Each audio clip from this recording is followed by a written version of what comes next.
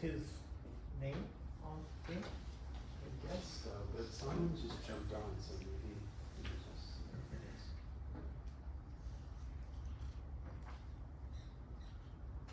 Still see his name. I could also start introducing and then see who comes. Okay, that's great. Okay, so thank you everybody. It's such a pleasure to be here today with Guru, and I feel like it's entirely appropriate to have a thesis defense that is about neuroscience and machine learning and differential geometry, inspired by questions, deep questions about like human intelligence and philosophy, to be in a particle physics auditorium. So that's very Caltech and very Guru. So Guru came to us from IIT Madras, and he got a master's degree at Carnegie Mellon. And Guru, as we all know, is just a remarkable person. And the things that I think are remarkable are how he sort of courageously goes between fields, but also kind of masters everything he needs to know. So his thesis required understanding things like affine connections, spiking neural networks, autograd.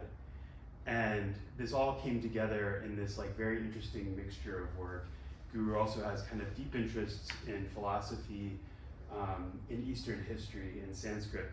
And another thing I want to say about Guru is that he's a humanitarian. So I was very impressed one time when he told me that in his copious free time, he volunteers at a retirement home in Pasadena, just to sort of help out in the community, and he aspires in his future life to help farmers in the developing world and sort of make our planet better. And so with all that, I'm really excited to introduce Guru and have him share his work with you, and I think it's going to be wonderful to sort of have all of us follow his career and see where he goes from here and in his future.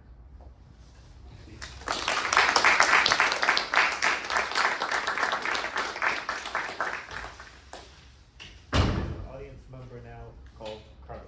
Perfect. Thank you so much, Matt, for that wonderful introduction, and thank you everyone for coming here today. I'm very grateful for being able to present this, I can give my final talk as a PhD, hopefully final talk as a PhD here with all of you. And I see there are so many people from different walks of life, ideally in different disciplines. So my hope is to follow Feynman's ideal of having multiple hooks, where each one of you can potentially connect at some point with this presentation and take something. And please, I would love to hear more feedback, and just would love to know, would love to be present here generally and to present in front of you guys. So today, my talk is titled Engineering Flexible Machine Learning Systems Inspired by Biological Intelligence. My work here is, My work here at Caltech is primarily being geared towards decoding certain principles and mechanisms of intelligence. Stephen Smale, a well-known fields medalist, compiled a list of 18 mathematical problems in the century, and in that, the 18th problem, or the most interesting to me, was to ascertain the principles and limits of intelligence.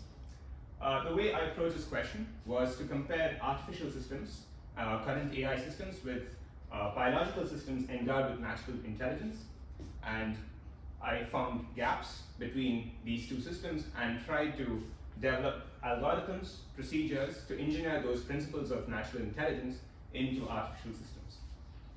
So with this, the hope was to achieve two things. One is to catalyze the next generation of AI systems, and second, to potentially try to understand certain deep-rooted principles at play in natural intelligence systems. So a key paradigm of today's AI systems are artificial neural networks. We've made superhuman networks. We've got networks like AlphaGo, which has defeated Go world champion Lee Sedol in the game of Go. We have AlphaFold, which makes reliable predictions of three-dimensional structures of proteins. And we have a huge variety of image networks that do really well on visual recognition and object recognition. And if you visit San Francisco today, you'll see the Waymo cars with all their self-driving capabilities, which are enabled by some of these neural networks. So I still believe that although these networks are superhuman, they still lack certain principles of natural intelligence. The other thing I want to point out is, this is a slide that many of you might have seen in many of my talks, and this is circa 2021. And I'd like to acknowledge the elephant in the room. Over the last 1.5 years since I was trying to wrap up my thesis, and at that point I noticed that there's a huge explosion in the machine learning world, and I just wanted to kind of talk about the scaling of systems in the last 70 years. So this is not exhaustive, but this is indicative of how the trend has been in the machine learning model field. So in the 1950s, we started with systems with really small number of parameters. We had 100 to 1,000 parameters at best. And then if you see over the 2020s, I'm going to use this now.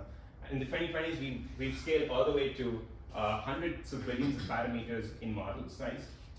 And but I'd like to point out that the human brain, which I consider to be the gold standard in intelligence, still is reported to have around 1,000 trillion connections, synaptic connections.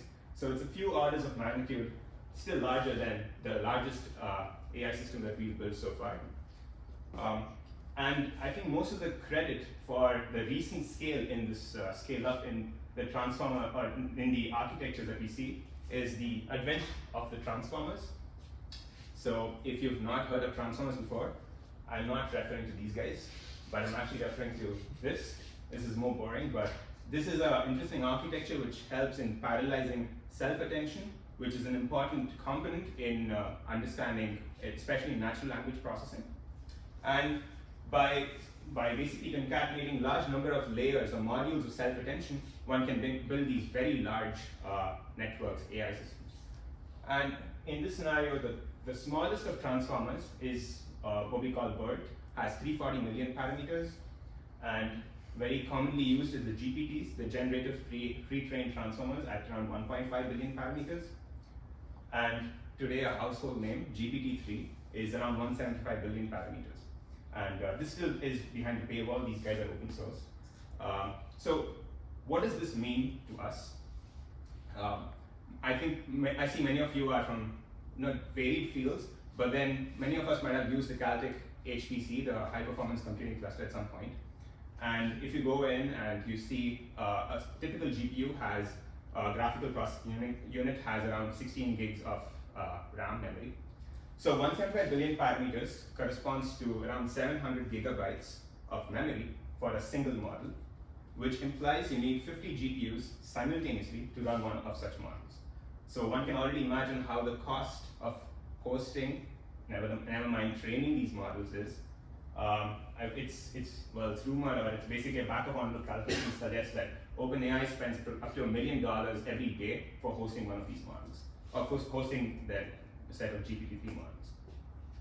So when I was preparing this slide, a thing that kept, I would say, bothering me. So I was preparing this slide a few months ago, and at that time I was thinking, does scaling alone endow flexibility? Because if scaling alone did it, then I don't need to talk anymore. I can just basically say we just need to scale the machine, and that potentially would solve all our problems. And if you'd asked me 6 months ago, I'd say I don't know. But I've been very fortunate that recently, over the last 6 months, I've had the fortune of working with models ranging from 340 million parameters to all the way 15 billion parameters at a startup that we've co-founded called Yurts. And just want to shout out to our wonderful team of really good engineers and scientists. And we've basically tried to explore what these models actually have to offer. And also we wanted to see if we can engineer, if these actually have those principles of intelligence that I'm referring to. So, coming to the point, what are those principles of natural intelligence that I think are currently absent in today's AI systems? So I'll speak about a couple of principles today, and I've explored some of these ideas over the duration of my PhD, but primarily my talk will be focused only in the first principle. So the first thing is the flexibility to learn multiple tasks. So when you think of, when you just mundanely think about us, and this is a mundane example, but all of you here are working on different kinds of projects, and you come here, attend a talk, hopefully learn something, and ideally, it doesn't affect what you've learned in the past. You do not forget everything that you've learned in the past. But today, machine learning systems, especially artificial neural networks, face this big challenge where as you're continuously training them on multiple tasks, they end up forgetting previous knowledge. And this phenomena is also mentioned, is also referred to as catastrophic forgetting. Another another thing that fascinates me a lot is the brain that we consider to be the gold standard of intelligence is ultimately grows and self-organizes its architecture from a single cell, whereas artificial neural networks they rely on hand-designed, human-programmed architectures for their remarkable performance. So the first 3 years of my PhD, I had spent some time trying to develop algorithms, looking at the brain and seeing how our brains potentially grow into those particular structures, and importing some of those algorithms to build artificial systems. I won't be unfortunately speaking about this today, but I'd be happy to point you to papers that we've written and also the thesis once it's out. Another principle is today's artificial networks require a huge number of examples, whereas I'm only giving this talk once, but I'm sure most of you would actually learn something out of this, whereas an artificial network would need to see the same talk maybe, I'd say 1,000 times before they actually understand what's going on. Also, artificial networks do not rapidly adapt to unknown scenarios. And finally, I just want to put this out here. This is a concept that I've been very fascinated by and hope to work on this in the future. So theory of mind is the ability to ascribe mental states to others, and it's a very crucial hallmark of social interaction. We know that humans definitely possess theory of mind. At the same time, there's a lot of interesting work in Rockefeller that they're trying to probe if dolphins also possess a theory of mind. And given that AI or artificial systems are becoming almost all pervasive at this point, we would like to have AI systems also have this potential property of social interaction called theory of mind. All right, so as I mentioned, today my talk is going to be about my latest project, where I'm going to view neural networks through the lens of differential geometry to incorporate flexibility. Okay, so we already mundanely know that we can learn a huge number of tasks and we do not catastrophically forget what we've learned in the past. But there was an interesting experiment in the 1950s to 80s in the cognitive field where they tried, so this is an experiment done on, I think this was the 1980s, so it was done on 20 Carnegie Mellon undergrads. And they tried to assess recall of certain facts at different time points. So this is immediate recall of a single fact and recall after a week, which clearly shows that although the student has been exposed to a variety of facts and tasks in between, there is a reasonable recall rate. And here's an experiment done in the 50s where they've basically shown a set of motor activity, a motor skill. So basically, they have a sequence of motor actions shown to the subject, and they try to see how the subject recalls those sequence of motor actions after different time points. And it's interesting that even after a year, with a small number of relearning trials, one can actually figure out what's the exact sequence of motor action. So it shows that we potentially have a pretty good recall rate, and also we do not catastrophically forget what we've learned in the past. On the other hand, when you look at artificial neural networks, they require thousands of examples to learn, and still do not retain task information when they're exposed to a new task.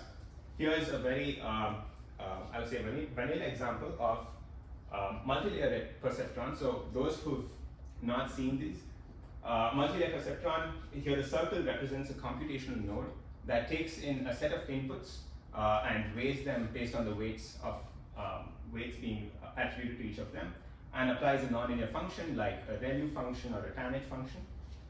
And the arrows here correspond to the weights of the network. So what I do is I concatenate all the weights of the network into a single n-dimensional vector.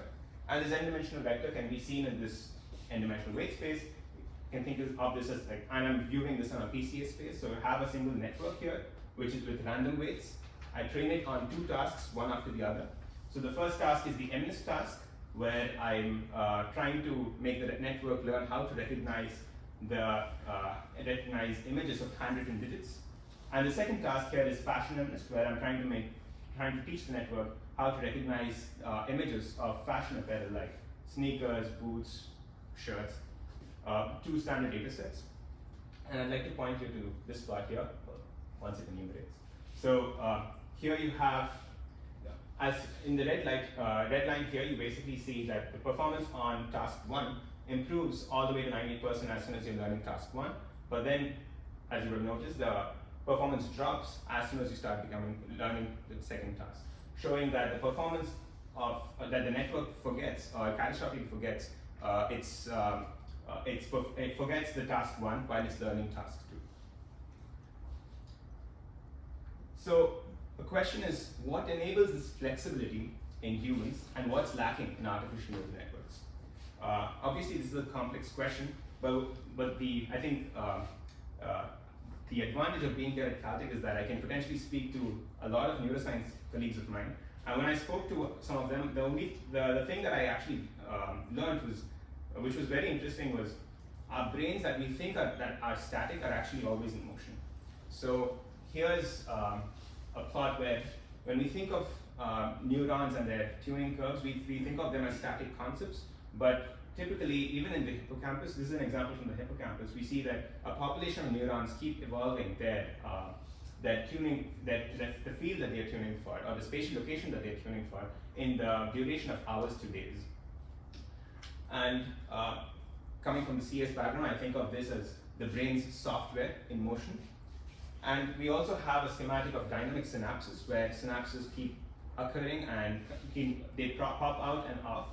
And this is basically where we have the brain's hardware in constant motion. So given that the brain is always in motion, I was interested in seeing if we can borrow this idea of brain in motion to artificial neural networks and see if that actually provides us some advantages.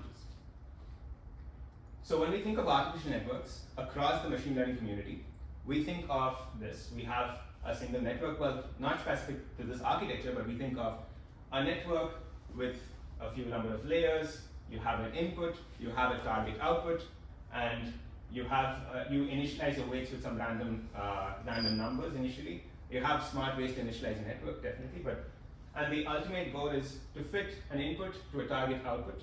And in the process of doing so, what you do is you end up changing your weights so that you can learn a new input-output map.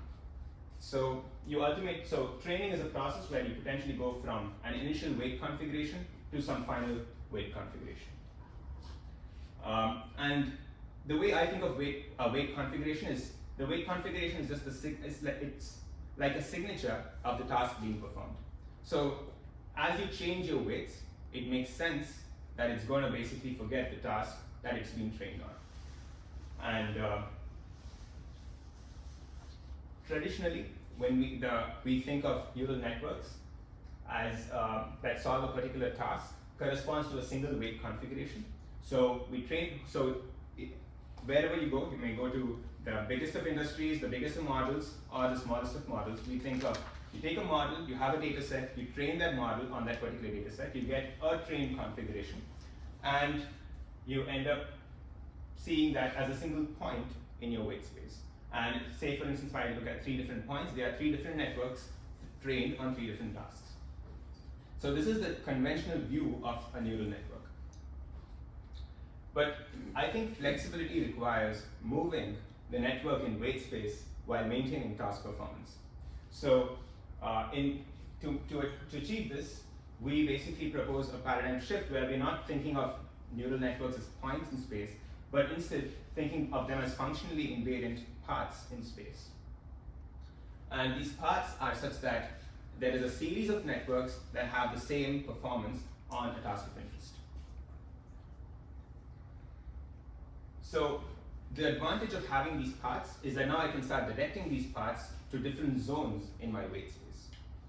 I can take a network that's trained on a single task. I have these functionally invariant paths, and I can start directing these paths towards different submanifolds. Maybe a submanifold of networks that perform well on a second task. Or I can also direct these paths towards submanifolds that have a specific architectural constraint on them. Say, for instance, if I want sparser networks or I want binary networks, so I can basically direct these paths to find novel networks with different architectural constraints, or novel networks that are equipped with learning a new task. Okay, so let's get a little technical. So the question is, how do we construct these? So I've said that flexibility involves moving in this weight space, finding these paths. So I would ideally want to I would now need to have a strategy to actually construct these functionally invariant paths. the way I think of these paths as a set of discrete steps. So you take your trained network, and you basically want to find directions to move in the weight space, such that as I move along this weight space, I find different networks that perform at the same, they implement the same function, input-output function, or they have the same performance on that task. So and then I can move around this particular path and generate an entire path of networks. So to do so, we develop this geometric framework where we view artificial networks on two spaces simultaneously. So here's a convolutional neural network, takes your image input, and you get an output. Here, the output is a 10-dimensional layer, because I'm interested in classifying 10 different classes of images. And what I can do is I can concatenate all the weights of my network into a single n-dimensional vector, and I can view them on the weight space. And simultaneously, I can ultimately, every function, be it a transformer, be it a convolutional neural network, or a multi-layer perceptron, they're all implementing a functional map from inputs to outputs. So I can also view my network just based on the output space corresponding to a single input. So I have two ways, or two views of the same neural network. One in the weight space view, and the other the output space view. And to remind you, the question was, I want to find directions to move in my weight space such that my distance moved in the output space isn't very large, or is very small. Yes. So say we take a trained network, and we find for a single input, we know its representation in the output space, here f of xi wt, and we want to perturb this network by a small amount du, and it has a perturbed output representation. So the question is, I'd like to connect the distance moved in this output space to the perturbation in my weight space. And for the purpose of showing it here, we apply a Euclidean metric on the output space, and we can calculate a distance moved in the output space corresponding to a perturbation in my input space, or in my weight space. And here the variable g is the metric tensor, and the metric tensor itself is the square of the Jacobian of the function, or the functional map that's implemented. So I can think of the metric tensor as a device that tells me, given a small perturbation in my weight space, what's the distance I'm moving in my output space. And so far, the output space is just corresponding to a single input. And we know the Jacobian of this function itself is the partial derivative of the neural network function across all the weights in my network. So how do I now, obviously looking at it for a single input is not sufficient, so let me see if I can look at multiple inputs simultaneously. The way I've done it here is, we basically have your trained network, we have an output representation across each input, and once I perturb my network to so you have a new network WP, and it has a perturbed representation across all your output spaces. And I find this cumulative sum, or the cumulative distance moved in the output space, and we define it as the root mean square distance.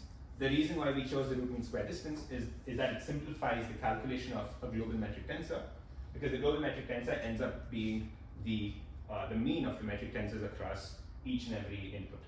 So ultimately we have an object called the global metric tensor that tells me, given a small perturbation in my weight space, I move a cumulative distance in my output space corresponding to n or k different inputs. Okay, so have I answered my question? I still need to find a direction that I want to move in my weight space such that I don't move a lot of distance in my output space. And that comes out directly from the eigenspectra of the metric tensor. So when you look at the eigenspectra of the metric tensor, you have a bunch of eigendirections and corresponding eigenvalues. So the eigendirections corresponding to high eigenvalues corresponds to those directions that actually have very large movement in the output space, and we term them as stiff directions. And those eigenvalues, or those eigendirections that have small eigenvalues, correspond to small movement in the output space, and we call them sloppy directions. So given that we want to construct these functionally invariant paths, we are interested in finding out all these sloppy directions to move along, and that's how we can construct these paths. So let's look at the eigenspectra to see if there are good number of sloppy directions or if it is primarily biased by a large number of stiff directions. So we tried this out for a wide variety of networks. So I've chosen these because this has 16 layers, there's a convolution network, here's your multi-layer perceptron, you have different data sets, and also here's a network which has skip connections. Just to show that this property is not specific to a particular kind of architecture, and this is a pretty generic principle that we see. What we notice is most eigenvalues corresponding to the eigenspectra of the metric tensor are very small, which means that there are a large number of sloppy directions and very few stiff directions. So our intuition would suggest that if I have an epsilon ball and I have the neural network and I perturb it along these stiff directions, I would expect a steep drop in my performance or a steep drop in, or steep change in my function that's being implemented. And we went ahead, tested that out. So when you see, so here's a VGG16 network, convolutional neural network with 16 layers. We perturb it along the stiff direction and the performance drops from its base of 72% to 58%. And when you perturb it along the sloppy directions, you see that the performance remains almost constant. And this trend is, again, seen across different kinds of networks, trained on different kinds of data sets, suggesting that most of your directions in your weight space are pretty much sloppy because these networks are over-parameterized, highly redundant in some ways. Okay, so the picture that evolves is, after looking at the eigenspectra, is that most directions in your eigenspace or in your weight space are sloppy, so you can potentially move along these directions without massively affecting your performance in your either your task performance or change or movement in your output space. Alright, but then there's an issue when you have to do things practically. These machine learning models are really large. So computing the metric tensor at every step is going to be an extremely computationally expensive procedure. So we said, can we find an optimization approach to actually find a path in this weight space? So the way we did it was, we have our original trained network, and we have the output representation. Here I'm showing it for a single input, but the idea kind of holds. We sampled a set of networks in its vicinity. So in an R ball, we sampled a bunch of networks, and the goal is to find a network that minimizes the distance moved in the output space. So we compute this, and we can potentially pick all these networks one after the other and move in this weight space. It is a greedy search in some sense, but we've noticed that it practically provides us an interesting path to move in this weight space. The way we can do this is we can solve this optimization in two manners. One is we go ahead and just sample a bunch of networks and actually evaluate this, or the other is, because both these terms are differentiable, we can actually apply gradient descent to compute the path as we move in this weight space. So let's test it out. So you have your VGG16 network, this is how it looks, and it's trained on CFAR10. For those who have not heard of CFAR10, CFAR10 is a pretty well-known corpus of images that has 10 classes of images where that you have an image class of automobiles, image class of sheep, and let's say even trucks and so on and so forth, horses. So the idea is, I'd like to move in my weight space and I want to track how my performance is being affected. So here the plot on my left, there's only one plot, but here the plot here shows that you're moving your network in your weight space, and I've basically dimensionally reduced to view it on PCA space in 3 dimensions. And also we see that the distance traversed is basically the distance of your network as you're moving out from your original network, which shows that you're potentially moving away from your original network and not just like circling and moving in spirals. But when you look at your performance, the performance remains almost constant, which shows that we can use this technique to move in the weight space to find a network or find a series of networks that perform functionally equivalent. So I think the fun part begins from now, because now that we have this path, we can start giving them some direction. And when you can give them direction, you can actually start learning. You can find a lot of other use cases for these FIPs. So the idea is I would like to direct it towards a zone in the weight space that performs well on a different task, and the way I do that is in the optimization approach, I bias my walk. So earlier it was just a random walk, but now it's going to be a biased walk where I begin with my train network, I have a representation in the output space, and I sample a bunch of networks. Same strategy. First is I would like to minimize the distance moved in the output space. That's my first constraint. And the other thing is I'd also like to move along the direction of the loss gradient. So simultaneously, well, direction of the negative of the loss gradient, that's why the plus there. And as you have both these terms, you balance out and you bias your walk in some sense, and you can move out in the weight space. And ideally, the goal is you would basically maintain your performance on your previous task while you basically move to a new zone in your weight space. So let's go back to our example that I showed in the start of the talk, where I had a single network trained on your MNIST and fashion MNIST. So here's a convolutional network. It's trained on MNIST, again, a data set of images of handwritten digits, and fashion MNIST, again, another data set of images of fashion apparel. Both have around 50,000 training images each. And what we see is, here's my weight space PCA as I'm moving along the weight space for these, as I'm training these networks. So here's the conventional approach, where I've trained it on MNIST, it's doing well, and then after they start training on the second task, and you see that there's a drop in performance, whereas the network starts learning really well on the second task. So this is the conventional view problem, catastrophic forgetting. Let's look at the geometric framework where we move along the path, and we see that the performance on the first task remains almost constant, and while you're moving towards the zone that's performing well on second task, so you're gaining performance on both, and you end up with a series of networks that do well on both your first task as well as the second task. So kind of pointing to the fact that yes, these FIPS are useful, and you can move your network in such a way that you can actually keep gaining information, or you don't forget what you've learned before. So we said 2 tasks is too trivial. Let's take it one notch higher. Let's go to 5 tasks. And this is a well-known class incremental learning paradigm, where each task, here the task 1 has only digits 0s and 1s, task 2 has digits 2s and 3s, and so on and so forth. And we feed the network these tasks one after the other, and here's a plot where we want to show, I first trained the network on task 1, and this is the performance on task 1.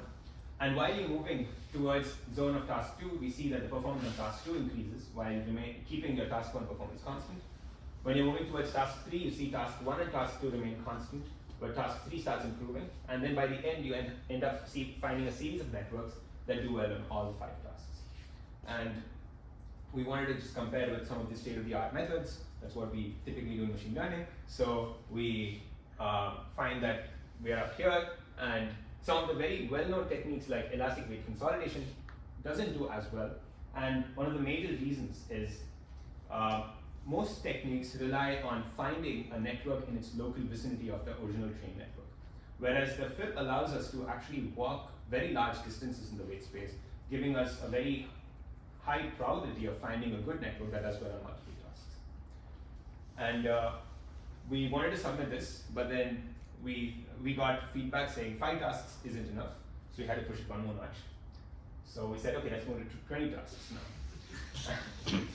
I won't bore you with the details, but here's CFAR 100, which has 100 classes, and we have 20 tasks. Each task having 5 distinct classes. And we find that here's the FIP performance. At the end of 20 tasks, you end up performing at 80% on the entire CFAR 100 data set, whereas the other methods like gradient episodic memory or the EWC declines and doesn't do as well. Again, another interesting thing that we noticed, which was pretty consistent across this task, was although we started off at like 78%, we noticed that the performance gradually increased by the end of showing all the 20 tasks, which for me, I would say is also in some ways, it's as we learn more tasks, we potentially learn useful representation that we can potentially use while picking up new tasks. So it seems like the FIP is, as it's walking along this weight space, it basically picks up useful representations that potentially can help it in either learning those previous, or executing those previous tasks well, or learning new tasks in the future. Okay. So I've kept a couple of summary slides after every section, just so that we've not catastrophically forgotten what I've spoken about before. But if I want you guys to take something home, it's think paths, not points. And directional paths allow us to alleviate catastrophic forgetting. So that's basically two things that we've talked about so far. Now the FIPs are moving in this weight space along these paths.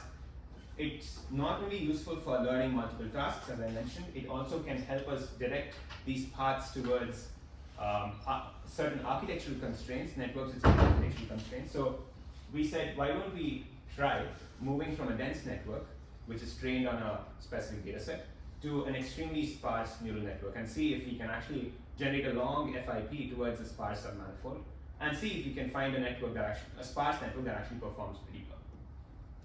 So here we have our dense neural network, well trained on a data set, and we ideally want to move towards some sparse submanifold and find a network that does pretty well. Because of walking along the FIP, we expect that the network it hits on the submanifold should be implementing a similar function, which implies a similar performance on the data set, on the task of interest. So here, what I wanted to try was, I take a multilayer perceptron trained on MNIST, and here's your 99.1% sparse submanifold, which means all these networks that the blue dots and the red dots here have 99% of their weights set to 0, and only 1% of their weights are non-zero.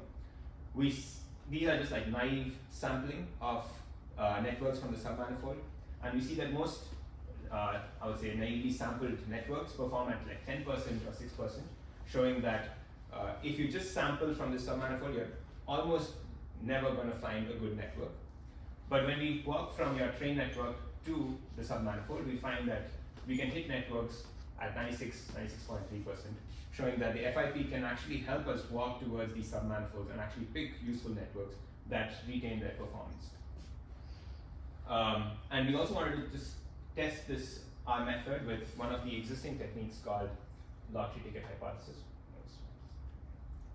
So the whole idea, for those who've not heard of this method, is typically when we want to sparsify neural networks, the conventional idea is we take this very well-trained network, we set 2% or 3% of its weights to 0, retrain the network, keeping all those weights that have been set to 0, retrain the network again, and then iteratively prune and retrain the network. And that is supposed to give a very good result, and actually that is one of the state-of-the-arts to find very sparse networks. But we find that as we go more extremely sparse, we find that our neural networks are able to find networks that simultaneously are extremely sparse and also high performant. And we just wanted to show that this is not a function of just being on MNIST or a multilayer perceptron, but when you look at even CFAR10 on a convolutional neural network, we find the same trend, where we can find extremely sparse networks along the and also highly performant. Okay, so that's like two things so far. So one is we have FIPs that help us learn new tasks without forgetting what we've learned before.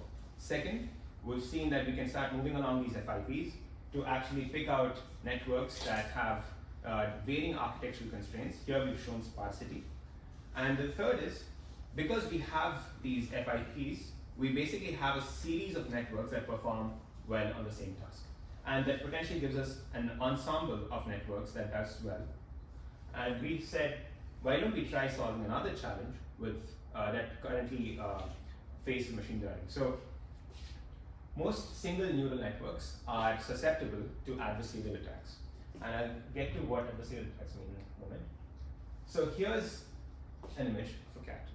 And we train our networks to predict these images. And once you train these networks, you say that the network predicts it as a cat, and we're happy. We noise the image a bit, and we get, I think, an image of a cat. But our network says it's a mosquito net. So clearly there's something off, and this is the whole field of adversarial adversarial inputs or adversarial attacks. And I would like to also say that I don't have a slide for this, but this is not only limited to images. Even when we play around with very large transformer models trained on language, when you change a small number, maybe if you add an extra full stop or maybe a new line, it will completely change and alter your performance, clearly showing that they are extremely susceptible to small changes in your input. So what we thought was, now that we have an ensemble, ideally an ensemble of networks would, okay, so stepping one step back, why does this happen in a neural network? Why do we actually face adversarial attacks? And the major reason is because as the input is fed through the network, it basically has a way to extract different features, and once you change some small number of pixels in your input, it basically extracts different kinds of features and points it to a different class in your output. But if you have an ensemble of networks that basically extract a variety of different features from your input, there is some chance for you to not be as susceptible to your adversarial attack.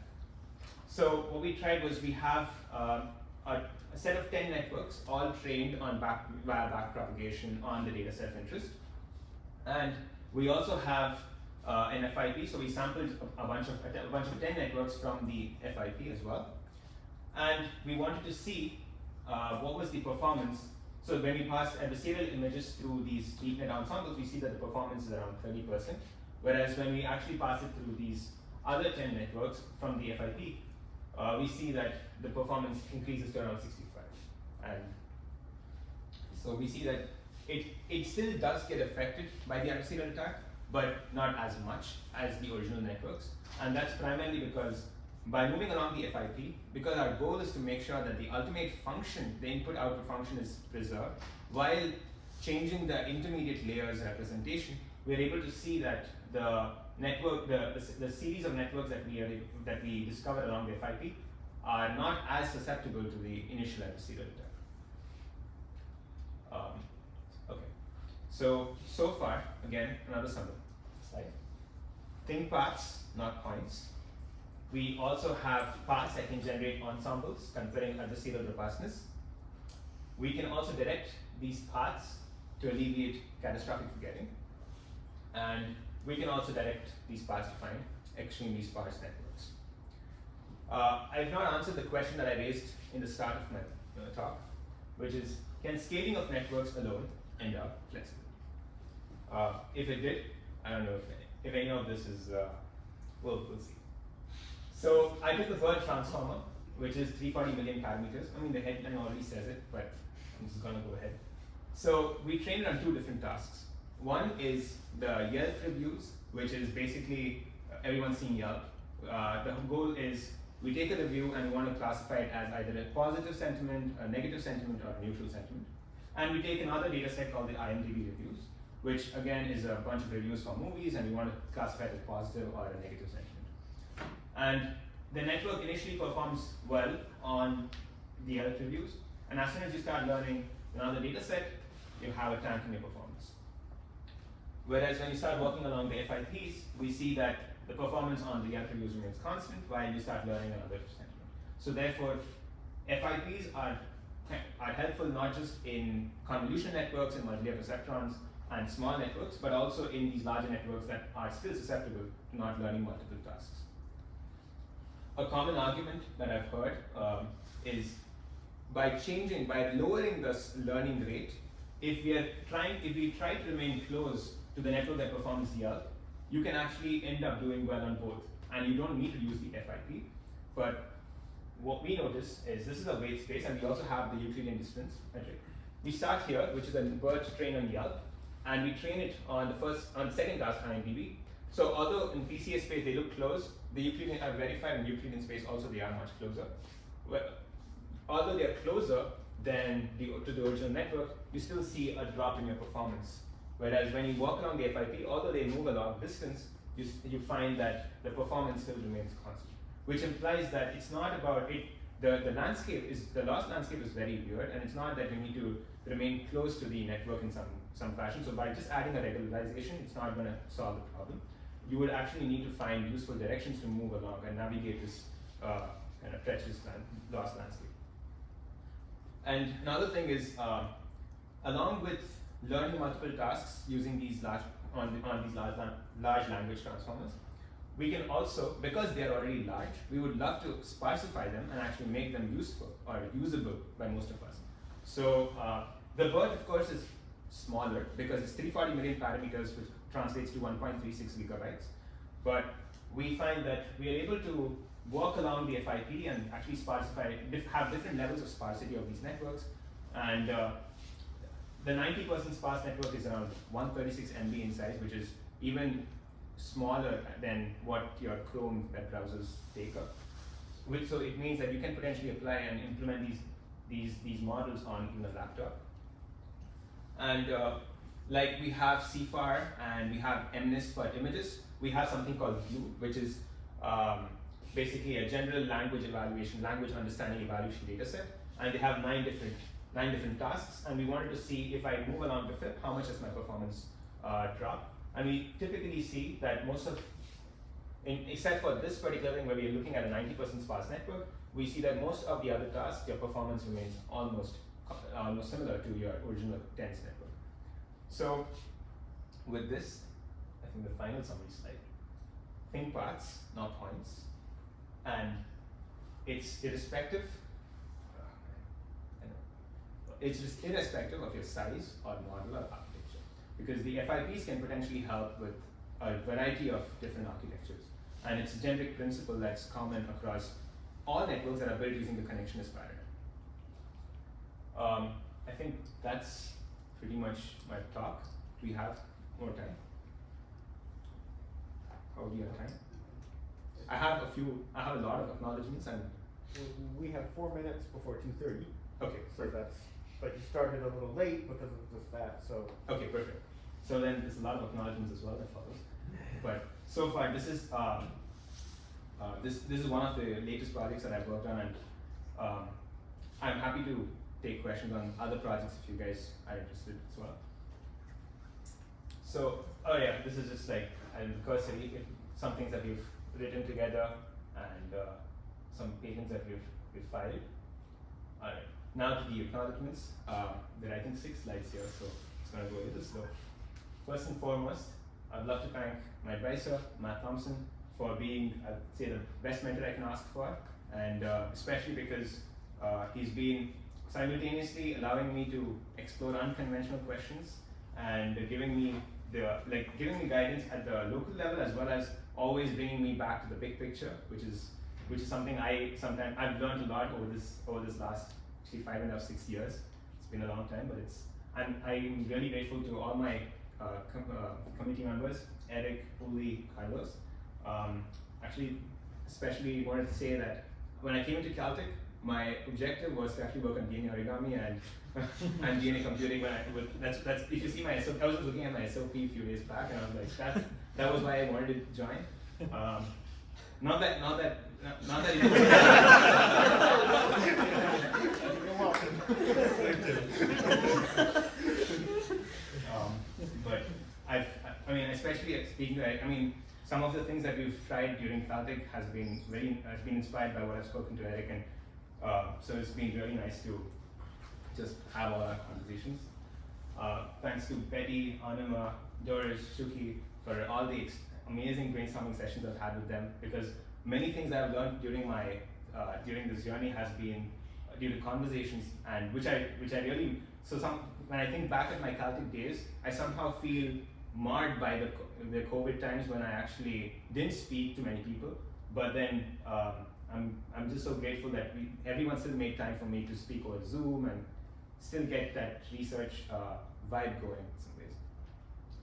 And yeah, so here's actually our group. I'm really grateful to each one of you in Thompson Group. This is circa 2019. I unfortunately don't have a recent picture. Hopefully we'll take one today and update our webpage. So especially grateful to Jerry, because the great thing about Jerry is He's heard my terrible jokes, as well as he's been like just adjacent lab partner for, I don't know, 5 years now. And the best thing is he's always called a spade, which is great because it gives me when my paper writing or my presentation skills were bad, he just told us pathetic.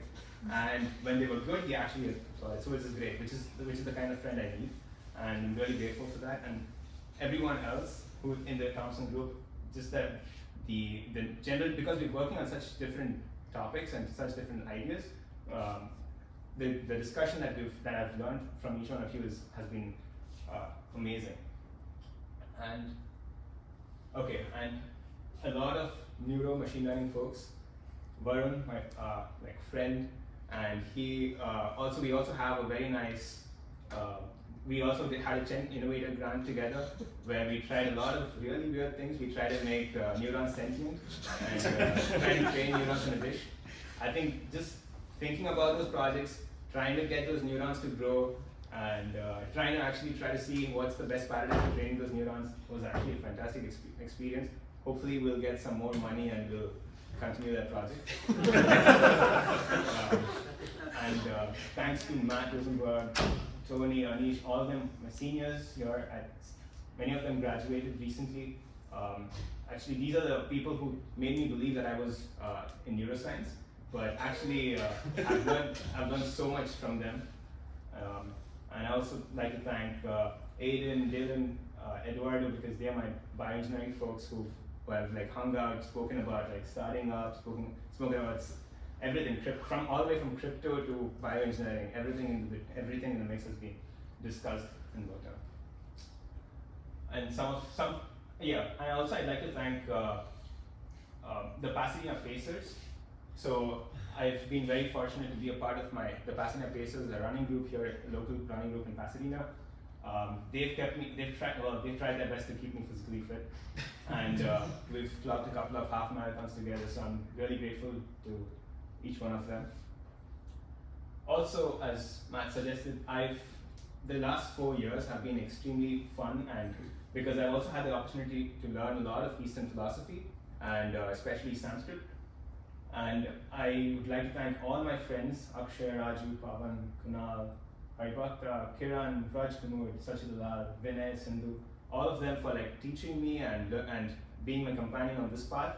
And here's actually we had an interesting conference on Eastern philosophy and its intersection with science. And this is in Florida, December 2021. But I was invited to give a talk on what I've been working on. So I'm really grateful to even have met all these philosophers from a completely different intersecting field. And yes, I'd like to thank all my CMU and IIT Madras friends who've still remained in touch with me and always get on a call anytime I need it. And finally, I'd like to take this opportunity to thank my parents. They're not physically here. Hopefully they are there on Zoom. I don't know, but I think we've recorded it, so they'll definitely get a chance to see this at that time. Really grateful to them because whenever I was full of it, they kept me grounded, and at the same time when I needed it, they were there for giving me the motivation that I needed. And also I'd like to thank my future partner Anusha, who's here, because she's seen me through the ups and downs and still accepted to be a part of my journey for the next X years. So I'm very grateful for that. And being a theist myself, I believe in a high power and I believe in God, so I'm really grateful to him as well for everything that's good that's happened in my life. Finally, thank you very much for your attention and coming for today's talk. Hopefully it went successfully.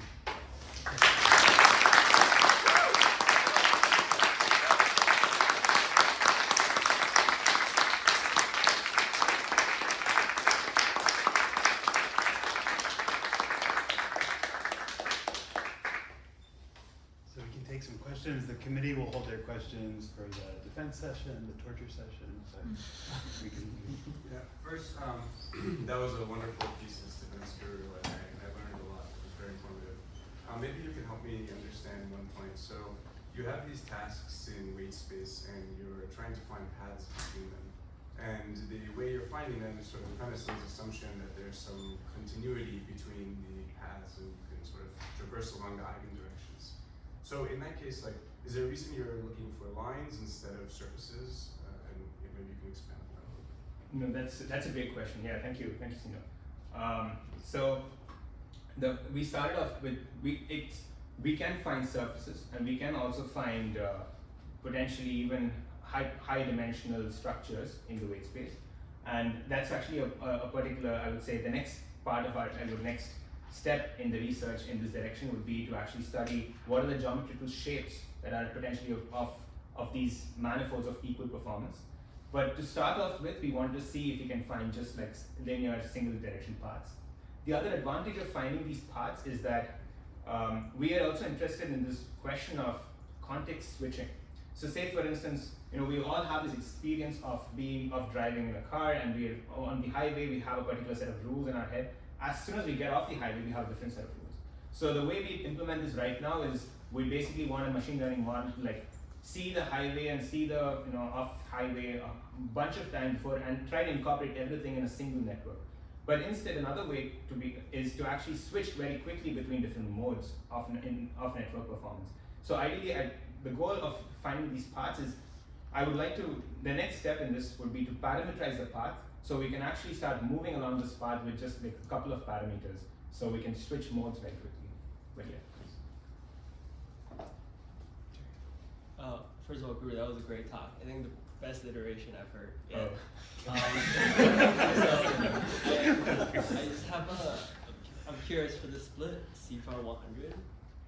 What's the performance you can get when you just train out all 100, like 100 classes, compared to what you're doing doing it 5 classes at a time? Right. So I think the state of the art is around. So it depends on the model architecture. For this particular model architecture, it's around 85%, whereas we get around 80%. And so I think definitely when it also depends on what set of how you're basically biasing your walk, because the walk is biased based on the input data that you have. So if I basically shuffle or I change, so what I've also tried is, instead of feeding them as they are 20 different tasks with 5 different classes per task, right? So if I now say if I feed second task first and then the first task, which means I'm feeding different data, I end up seeing that we can basically move along a different path and we can find a slightly higher performing network or a lower performing network. So it is dependent on the sequence of images or sequence of tasks that I basically feed to the network. So I think that variability still lies, and it's not as good as just IID all data simultaneously. I was going to ask a similar question about learning task in parallel. Yeah. I also wonder how expensive is it to compute the FIP compared to just doing gradient descent? So the FIP is the way I've implemented it. It is actually the same. It costs the same as actually doing normal gradient descent, because there are two ways to do it. One is you can actually try to do a double differential, and then afterwards try to evaluate. Or the other is what we're doing is we try to just look at the distance moved in the output space. So that's just one gradient descent. So one backpropagation or one chain rule of differentiation. So it's as the same expense as basically doing just gradient on the loss function.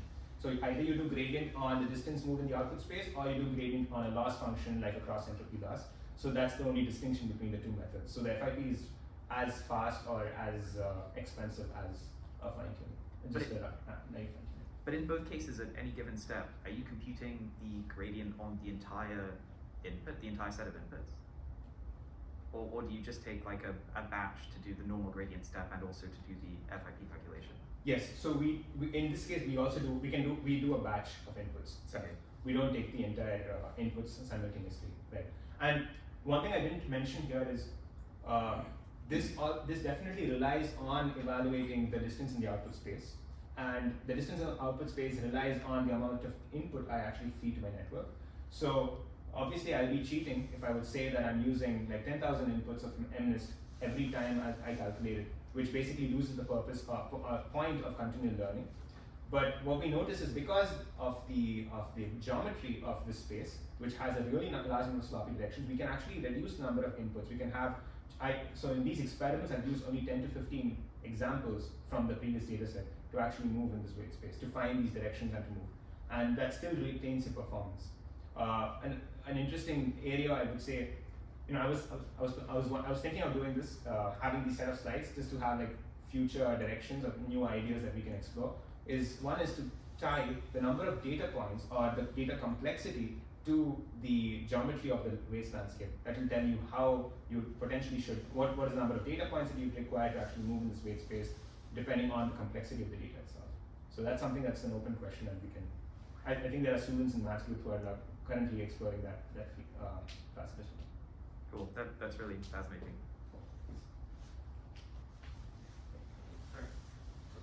How restrictive is the path in terms of like other networks that have achieved similar accuracy? So like if it was just simply train another unrelated network with the same accuracy and plot the space, do they tend to show up near to previous paths where they're actually? Okay, no, that's a great question. Yeah. So actually, in one of my, this is the last, like Jerry mentioned, this is the last iteration of how we've thought of the FIP, because the FIP itself has gone through a huge amount of evolution over my PhD. So one of the earlier iterations, there's an interesting question of mode connectivity. So you have neural networks that can be, so say for instance, you take two randomly initialized networks, you train them on the same task, they would ideally be two different points in the weight space. And the idea is, the hypothesis in the field is that there exists a path between these two networks such that the path of networks that you're traversing, all of them have the same performance. And if you take the linear path, or if you take any other random path, you typically notice that the performance will like decay and then before it climbs back up again. But when we look at when we construct these FIPs, we can actually construct almost equiperformance path. We can find this equiperformance path that exists between two modes, any two modes. So to answer your question, the FIPs can be as large as connecting any two modes in the weight space, but they can also be smaller or they can be larger. So I was wondering if you observed any further like structure in these functionally invariant paths within the weight space. Like one might expect that it would be the last layers that might be getting fine-tuned if it is actually building these, first representations and then repurposing them, or maybe there's some like I used to do learning rule stuff, so I'm curious, like, is there like some sort of like local sort of information that suggests that a weight is going to be changed a lot in this path traversal, or that it's going to be pretty consistent? Like, did you notice any? That's a good question. So we tried this on. I can so specifically talk about the case where we're learning multiple tasks one after the other, and we wanted to see how much do the weights across different layers actually change. And we see that there are, so in a convolutional neural network, you have batch norm and you have all the other functions. So the batch norm layers remain pretty constant. They don't actually change. Those weights do not change much.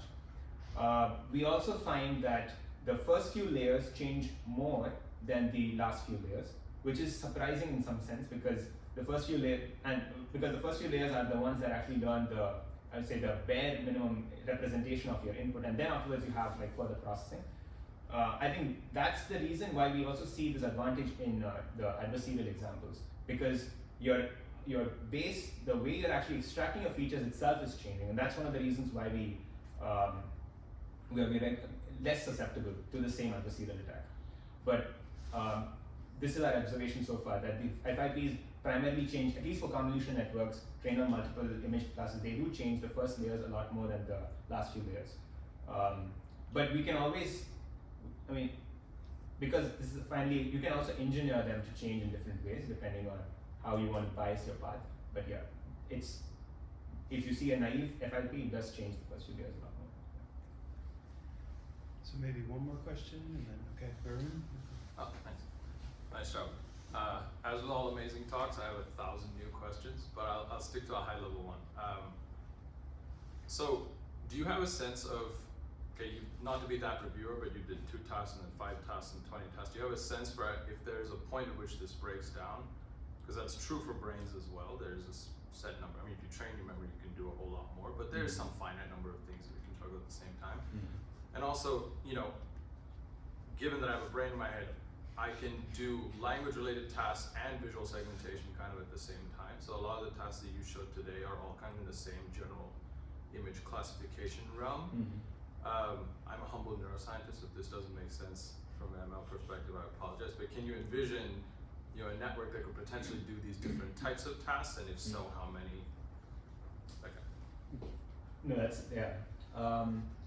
I like the point about how you fit language tasks into the same cluster as image tasks, because that's exactly right, and it's a very I personally think it's a very bad way to do language tasks, because what ultimately these big transformers are doing is that you feed an input sequence, which is basically my name is Guru, that's your sentence, you feed it in, and you're trying to find what's the next word, and the next word is predicted by having a huge set of probabilities over your entire dictionary. So you have a dictionary of 50,000 words, so basically you're going to have a probability over those 50,000 words and try to say, okay, which is the most probable, I'm going to pick that as my next word. That's basically how these machine learning models are being trained in language, which is basically the same idea as classification of vocabulary in your, which is the same thing in what we do in image. So regarding your first question about what is there a breaking point, when will it break? So I think so. What we actually I'm not reported any of these results, but we've tried 80 tasks, and it does break for 80 tasks. We are running. I mean, the only thing is I'm unable to conclusively say, because if it depends on the hyperparameter setting itself, or it depends on where we start. So those are variables that actually still matter in how we traverse and how we get. Maybe a theoretical boundary would be where the capacity of the network cannot just hold more. So for instance, if you give me 80 different tasks and I just shuffle the data set and I train it IID, if my network cannot learn it, then I know it's definitely not going to learn it via the FIP. Because the FIP we expect to be slightly suboptimal to just like draw IID of data. But if it can learn it, then that means there is no capacity, it's not a capacity problem of the network. So there is a possibility that you might find a weight configuration, because there exists a weight configuration somewhere in the weight space, but we can always move towards that weight configuration to find a network that does well. So I think it just depends on if that network exists or not. Kind of, that's the theoretical kind of upper bound over when it will break. That's how I would think of it. Okay, great. And one thing I'll say is, so we're going to have a reception in BBB, Beckman Behavioral Biology B101, after the Kirshner talk, which I guess is now ending around 5, and there will be food and stuff like that. So you're all invited to come to that as well. And I guess another round of applause.